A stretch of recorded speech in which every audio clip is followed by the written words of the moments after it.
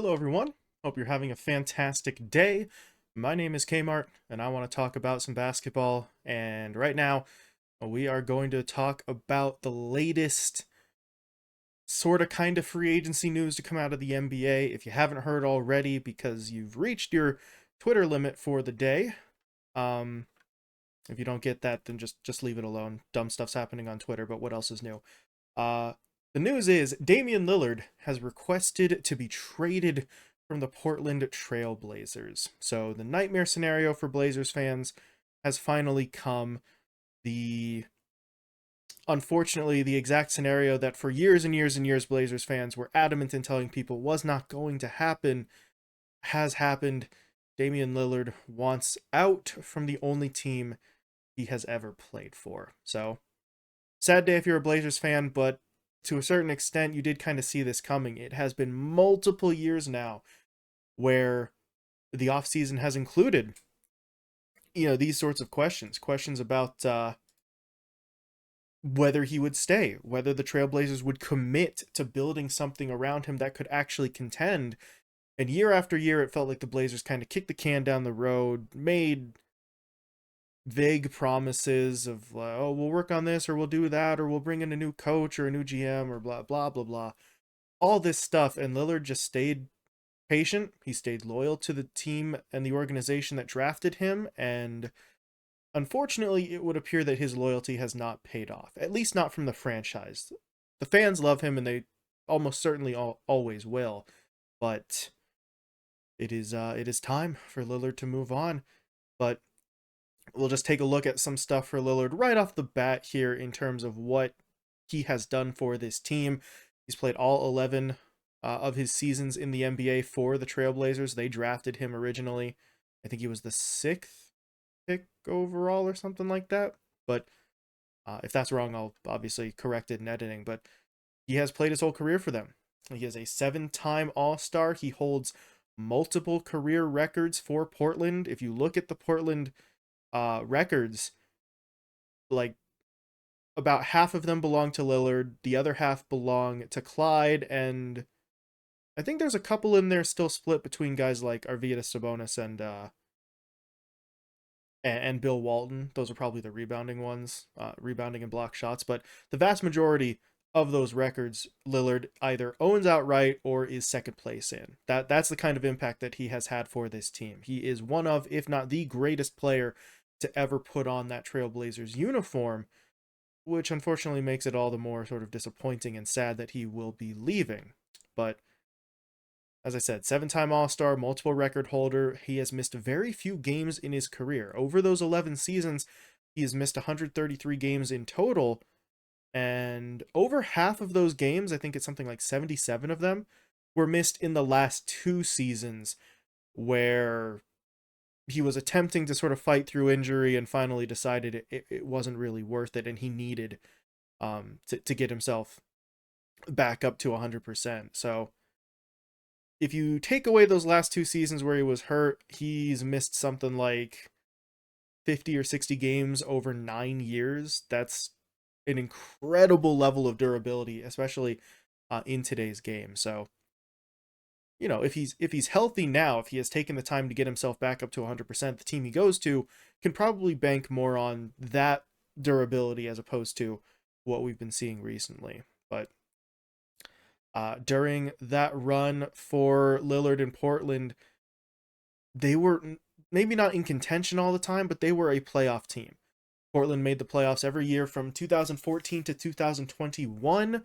They reached the Western Conference Finals once in 2019 as well. Obviously, they didn't make it any further than that, but this was a team that was used to reaching the playoffs, even if they weren't used to playoff success, which is part of the reason why the downturn over the last couple of years has been so disappointing for them. They were used to seeing postseason action in Portland, and then that stopped, and the Trailblazers were not willing to commit to trying to get themselves back up to that position. So now they're going to be moving Damian Lillard. The question is, where can you really move him to? There's multiple sort of aspects to that question in terms of answering it. So we'll go over the first one first, obviously.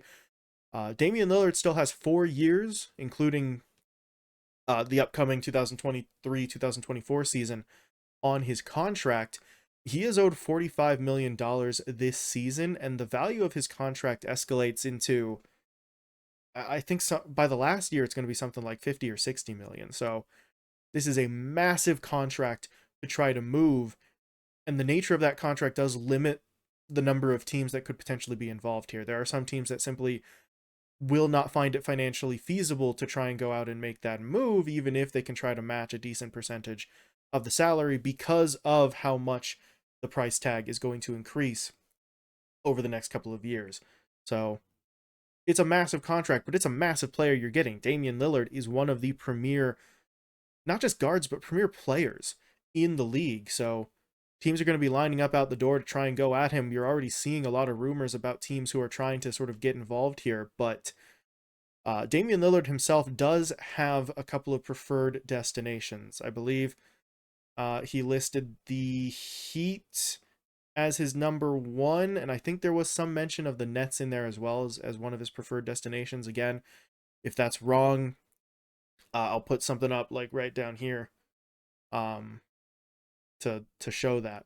But as far as I'm aware, I don't think Lillard actually has a no trade clause. This is not quite a Bradley Beal situation. I was trying to look it up. There's not a whole lot of clear information on it. If I do find something later, again, I'll update you. But that does mean that the Trailblazers could theoretically send him anywhere they want. That's part of the reason why we're seeing some of these other teams still entertaining the thought of maybe going after this trade and putting a package together, because yes, Damian Lillard does have preferred destinations, but as far as I'm aware, he can't force his way to those destinations. It is still just his preferences.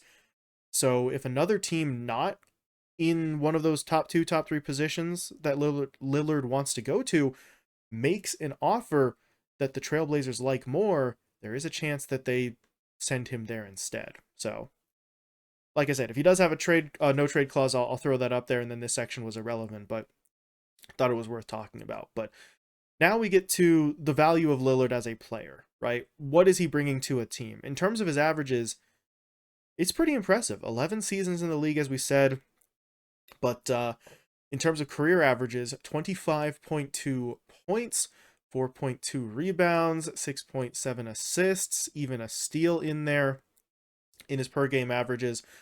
And for his career, he has shot 43.9% from the field and 37.2% from three. So, I mean, that's pretty impressive, right? I mean, he scores a bunch of points. The rebounds are honestly pretty solid for a guard, right? Nowadays, we do have some guards who are getting more into the rebounding numbers, but Lillard came in a time when that really wasn't something that was overly valued as a strength, but he still averages over 4 per game for his career, and 6.7 assists means he is not all offensively focused. He is still capable of running an offense. So it's pretty impressive stuff. It's solid shooting in terms of efficiency. For the 3-point stuff, 37.2% is very good. It doesn't put him in the elite sort of sniper range, but he makes enough where, you know, with a little bit of volume, he knocks those down pretty damn consistently. But I think the thing worth noting here, you take a look at those career averages, right, on your screen. Keep those numbers in your head. Because now let's take a look at Lillard's averages for just this last season, 2022, 2023.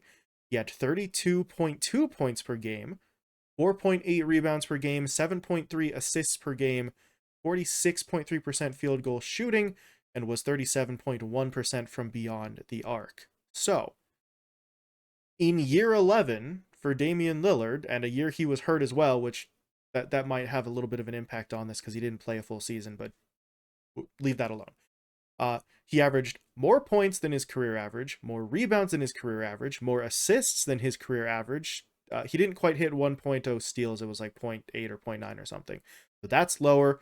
But his field goal percentage was higher than his career average, and his 3-point percentage was 0.1% lower. So this is not a guy on a downturn. This is not a guy in the twilight of his career. This is a guy who can produce for you at the highest possible level still, and he is available on the trade market.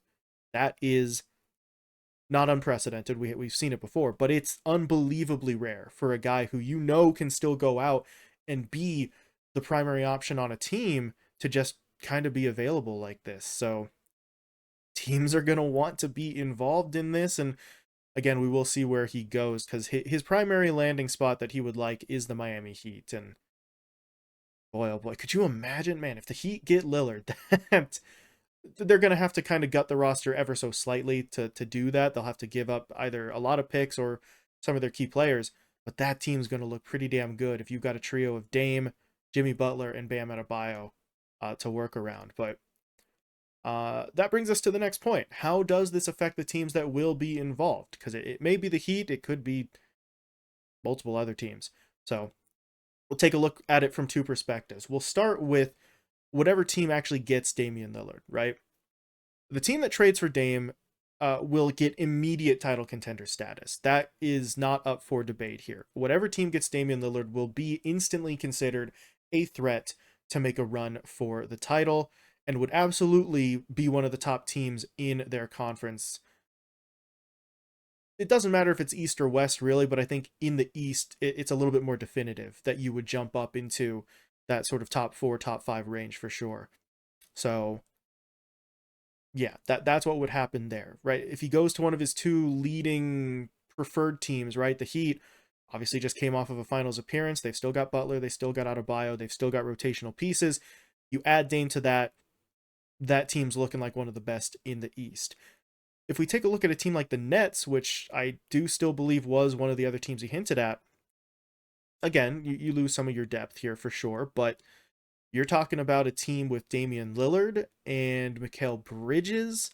Maybe you even still keep Nick Claxton in there. I would hope that they would keep Claxton even if they trade for Dame, because they don't have too much else down low that they can rely upon to be the only option. But that team is terrifying, right? Bridges, Lillard, Nick Claxton down low.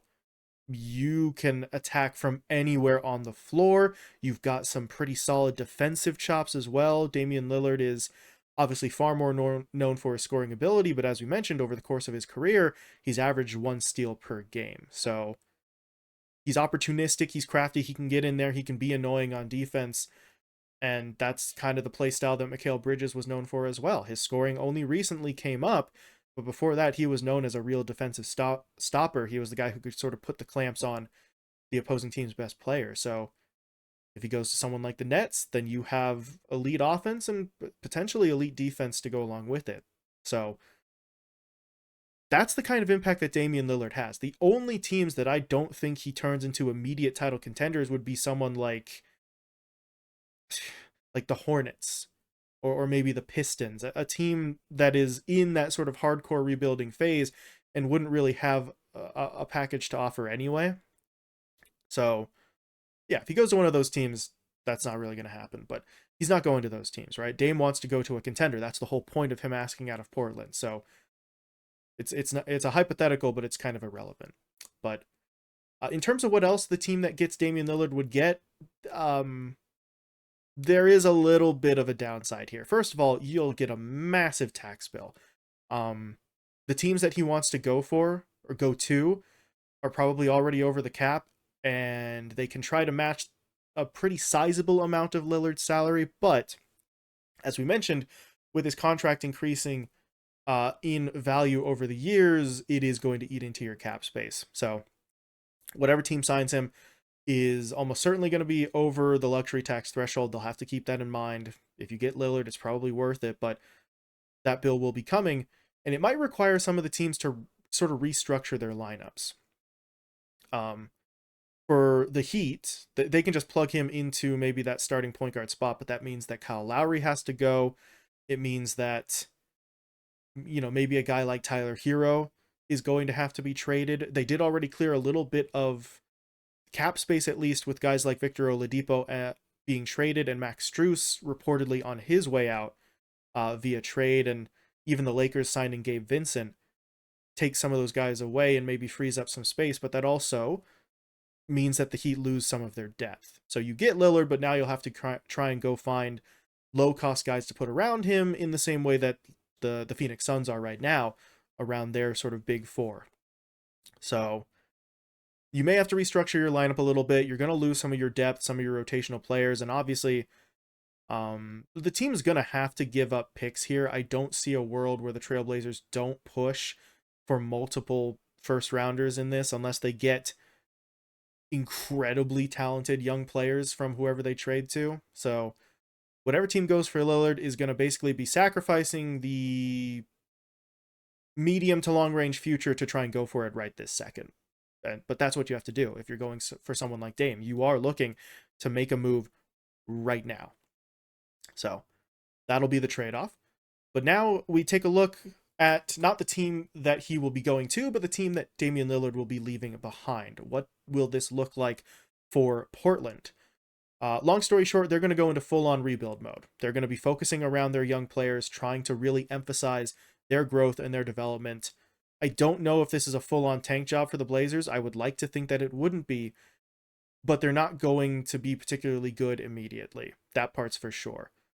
From what I was reading when this news broke, the Trailblazers are still planning to honor the contract offer that they gave to Jeremy Grant. That was a 5-year, $160 million contract. So there is your new highest paid player. He's going to be making, 31, 32 million, somewhere in that range, which, okay, fair enough. Jeremy Grant probably does deserve that money or close to it based on his play, but now he doesn't have anyone to play off of. Now he's going to kind of be the main guy, but I say he's got no one to play off of. Technically speaking, that's not true. The Trailblazers will still have some experienced guys on their lineup. The main two are now Jeremy Grant and Yusuf Nurkic.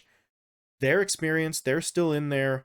They know what they're doing. They can maybe be your tent poles that you play the younger guys around, right? I mentioned that in a couple of the early offseason previews for some of these rebuilding teams. You want to give space and playing time to your young guys to let them develop, to let them get a feel for the NBA game, but you can't just let it be 5, 19 to 22-year-olds running around out there with no structure. You do still need some of those veteran guys, some of those experienced players on the floor with them so that you can sort of guide their development in the right way. Don't make them figure everything out by themselves. Have someone who knows what they're doing, but put them on the right path. Maybe give them a little bit of a, not a shortcut, but a guide in their development. But that's going to be the point. For Grant and Nurkic, they're not going to be the new number one guys here.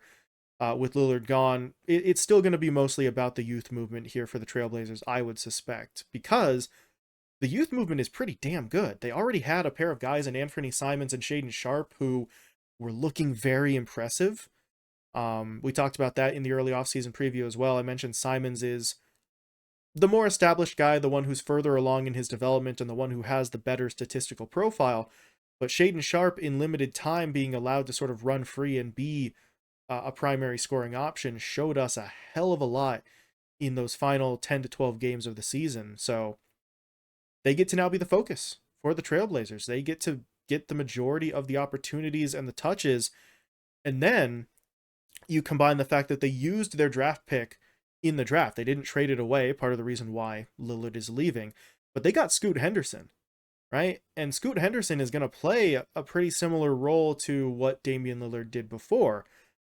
In terms of the production, let's not jump there just yet. Scoot is pretty damn good, but Lillard's one of the best to have ever played for the Blazers. But he's going to fill that role. He's going to be able to score. He's going to be a guy who you might look to run your offense, to run the point for the Trailblazers. So they've got now time and space to really let these young guys go and see what they've got from them.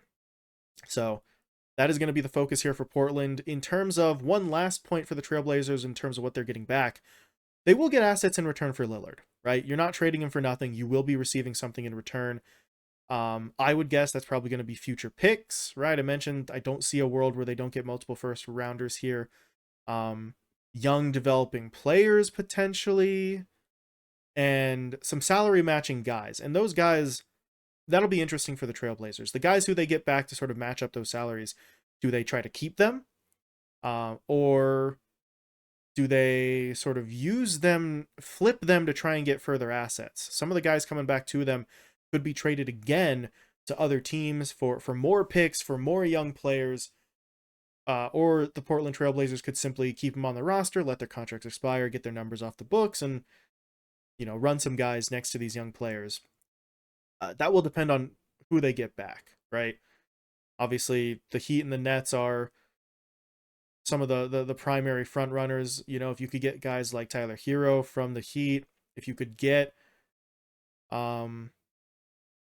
I don't know, from the Nets, maybe like guys like Royce O'Neal might be included, maybe even Cam Thomas. I mean, I think the Nets or the Nets fans and people in the organization are kind of high on Thomas. He had some issues with the coaching staff because they just refused to play him. But if you could get Damian Lillard in exchange, maybe you're willing to say, okay, Cam Thomas, we like you, but this is Damian Lillard. We're gonna include you in the trade package, and then the Trailblazers get Thomas, who we know can score. We know he can play. So that would be another young guy sort of added here. And that's going to be the point for the Trailblazers.